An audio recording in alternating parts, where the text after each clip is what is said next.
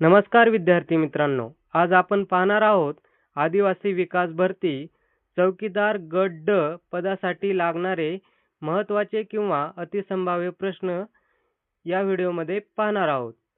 तर हे प्रश्न परीक्षेच्या दृष्टीने अतिशय महत्त्वाचे असणार आहेत, त्यामुळे हा व्हिडिओ प्रामाणिकपणे शेवटपर्यंत पाहायचा आहे आणि चॅनलवरती नवीन असाल तर चॅनलला सबस्क्राइब करून ठेवायचं आहे, कारण अशा प्रकारचे महत्त्वाचे क्वेश्चन आपण इथून पुढे घेणार आहोत। चला तर मग आजच्या व्हिडिओला सुरुवात करूयात। तर या ठिकाणी पहा प्रश्न क्रमांक पहिला, ग्रामपंचायत स्थापनेची तरतूद घटनेच्या कोणत्या कलमात आहे? तर या ठिकाणी मित्रांनो ऑप्शन सुद्धा दिलेले आहेत, तर हे ऑप्शन पाहून तुम्ही योग्य उत्तर काय आहे ते कमेंट करायचे आहे, जेणेकरून तुमची सुद्धा प्रॅक्टिस होईल। तर या ठिकाणी ऑप्शन ए आहे कलम 39, ऑप्शन बी आहे कलम 40, ऑप्शन सी आहे कलम 41 आणि ऑप्शन डी आहे 42। तर या ठिकाणी या प्रश्नाचं योग्य उत्तर हे ऑप्शन क्रमांक सी आहे, म्हणजेच कलम 41 मध्ये ग्रामपंचायत स्थापनेची तरतूद ही घटनेच्या कलमात दिलेली आहे। तर चला पुढील प्रश्न पाहू। प्रश्न क्रमांक 2, देशातील सर्वाधिक लोकसंख्या घनतेचे राज्य कोणते आहे? तर या ठिकाणी ऑप्शन ए आहे उत्तर प्रदेश, बी आहे मध्य प्रदेश, सी आहे बिहार, डी आहे महाराष्ट्र। तर या प्रश्नाचं योग्य उत्तर हे ऑप्शन क्रमांक सी आहे, म्हणजेच देशातील सर्वाधिक लोकसंख्या घनतेचे राज्य हे बिहार आहे।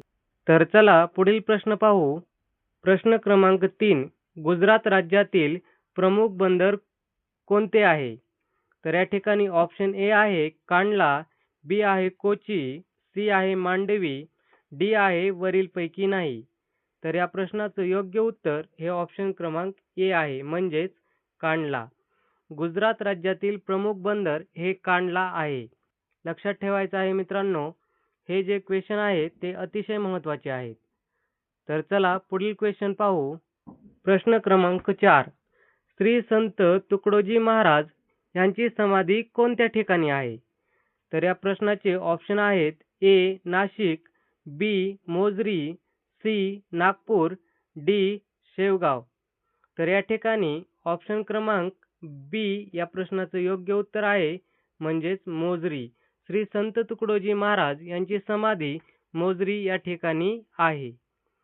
तर चला पुढील प्रश्न पाहू। प्रश्न क्रमांक 5, महाराष्ट्रातील पहिला पर्यटन जिल्हा कोणता आहे?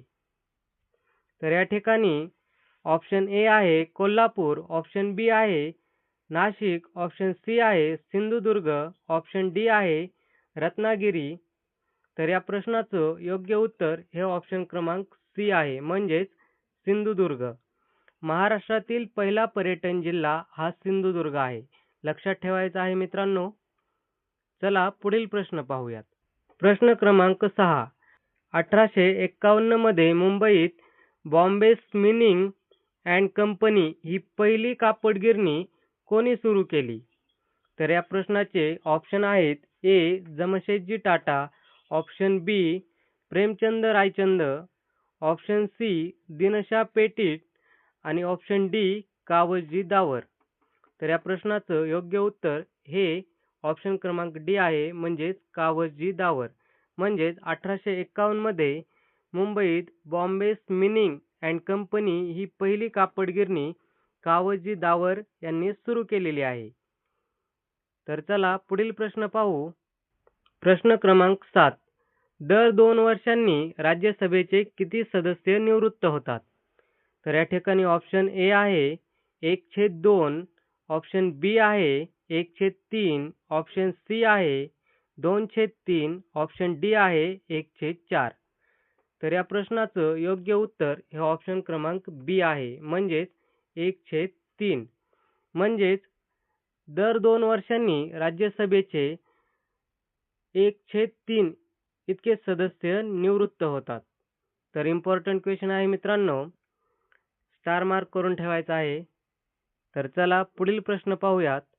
प्रश्न क्रमांक 8, भारतीय संविधानातील कोणत्या कलमाद्वारे नागरिकांना भाषण व अभिव्यक्ती स्वातंत्र्य दिले आहे? तर या प्रश्नाचे ऑप्शन आहेत ए कलम 13, ऑप्शन बी आहे कलम 14. मित्रांनो, PDF व्यवस्थित बसली नाही त्याच्यामुळे ऑप्शन खाली गेलेले आहेत ते पाहूयात. ऑप्शन सी कलम 19 आणि ऑप्शन डी कलम 21. तर या ठिकाणी या प्रश्नाचं योग्य उत्तर हे ऑप्शन क्रमांक सी आहे, म्हणजेच कलम 19. म्हणजेच भारतीय संविधानातील कलम 19 द्वारे नागरिकांना भाषण व अभिव्यक्ती स्वातंत्र्य दिलेले आहे. तर चला पुढील प्रश्न पाहूयात. प्रश्न क्रमांक 9. पक्षांतर बंदी कोणत्या घटनादुरुस्तीनंतर अस्तित्वात आली? तर या ठिकाणी ऑप्शन ए आहे 42वी, ऑप्शन बी आहे 44वी, ऑप्शन सी आहे 52वी, ऑप्शन डी आहे 73वी. तर या प्रश्नाचं योग्य उत्तर हे ऑप्शन क्रमांक सी आहे, म्हणजेच 52वी घटनादुरुस्ती नंतर पक्षांतर बंदी ही अस्तित्वात आलेली आहे. इम्पॉर्टंट क्वेश्चन आहे मित्रांनो, हायलाईट करून ठेवा. चला पुढील प्रश्न पाहूयात. प्रश्न क्रमांक 10. 29वे राज्य म्हणून 2 जून 2014 पासून कोणते राज्य अस्तित्वात आले आहे? तर या ठिकाणी ऑप्शन ए आहे उत्तराखंड, ऑप्शन बी आहे तेलंगणा, ऑप्शन सी आहे गोवा, ऑप्शन डी आहे झारखंड. तर या ठिकाणी या प्रश्नाचं योग्य उत्तर हे ऑप्शन क्रमांक बी आहे, म्हणजेच तेलंगणा. तेलंगणा हे 29वे राज्य म्हणून 2 जून 2014 पासून अस्तित्वात आलेले आहे. डेट लक्षात ठेवा, 2 जून 2014 पासून. तर चला पुढील प्रश्न पाहूयात. प्रश्न क्रमांक 11. भारतीय राज्यघटनेत मूलभूत स्वातंत्र्याचा समावेश कोणत्या कलमात केला आहे? तर या ठिकाणी ऑप्शन ए आहे कलम 14, ऑप्शन बी आहे कलम 16, ऑप्शन सी आहे कलम 19, ऑप्शन डी आहे कलम 51. तर या प्रश्नाचं योग्य उत्तर हे ऑप्शन क्रमांक सी आहे, म्हणजेच कलम 19. कलम 19 मध्ये भारतीय राज्यघटनेत मूलभूत स्वातंत्र्याचा समावेश केलेला आहे. तर चला पुढील प्रश्न पाहूयात. प्रश्न क्रमांक 12.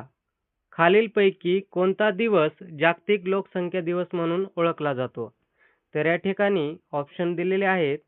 ऑप्शन ए आहे 21 जानेवारी, ऑप्शन बी आहे 7 एप्रिल, ऑप्शन सी आहे 11 जुलै, ऑप्शन डी आहे 10 ऑक्टोबर. तर या ठिकाणी या प्रश्नाचे योग्य उत्तर हे ऑप्शन क्रमांक सी आहे, म्हणजेच 11 जुलै. 11 जुलै या दिवशी जागतिक लोकसंख्या दिवस म्हणून ओळखला जातो. तर चला पुढील प्रश्न पाहूयात. प्रश्न क्रमांक 13. राष्ट्रीय पंचायत राज दिन केव्हा असतो? तर या ठिकाणी ऑप्शन ए आहे 30 जानेवारी, ऑप्शन बी आहे 24 एप्रिल, ऑप्शन सी आहे 21 मे, ऑप्शन डी आहे 12 जुलै. तर या ठिकाणी या प्रश्नाचं योग्य उत्तर हे ऑप्शन क्रमांक बी आहे, म्हणजेच 24 एप्रिल. म्हणजेच राष्ट्रीय पंचायत राज दिन हा 24 एप्रिलला असतो, हे लक्षात ठेवायचं आहे मित्रांनो. इम्पॉर्टंट क्वेश्चन आहे, हायलाईट करून ठेवा. पुढील प्रश्न पाहूयात. प्रश्न क्रमांक 14. दरवर्षी आंतरराष्ट्रीय मानवी हक्क दिन केव्हा पाळला? प्रश्न क्रमांक 14. दरवर्षी आंतरराष्ट्रीय मानवी हक्क दिन केव्हा पाळला जातो? तर या ठिकाणी ऑप्शन ए आहे 15 जानेवारी, ऑप्शन बी आहे 25 मे, ऑप्शन सी आहे 23 ऑक्टोबर, ऑप्शन डी आहे 10 डिसेंबर. तर या प्रश्नाचं योग्य उत्तर हे ऑप्शन क्रमांक डी आहे, म्हणजेच 10 डिसेंबरला दरवर्षी आंतरराष्ट्रीय मानवी हक्क दिन हा पाळला जातो, हे लक्षात ठेवायचं आहे मित्रांनो. तर चला पुढील प्रश्न पाहू. प्रश्न क्रमांक 15. 1857च्या उठावाची सुरुवात कोणत्या गव्हर्नर जनरलच्या कारकिर्दीत झाली? इम्पॉर्टंट क्वेश्चन आहे मित्रांनो, स्टार मार्क करून ठेवा. तर या प्रश्नाचे ऑप्शन आहेत A Lord Canning, B Dalhousie, C Lord Curzon, D Lawrence. तर या प्रश्नाचं योग्य उत्तर हे ऑप्शन क्रमांक ए आहे, म्हणजेच लॉर्ड कॅनिंग यांच्या कारकिर्दीत 1857च्या उठावाची सुरुवात झालेली आहे. तर चला पुढील प्रश्न पाहूयात. प्रश्न क्रमांक 16. सतीबंदीची चळवळ खालीलपैकी कोणी मुख्य भूमिका बजावली होती?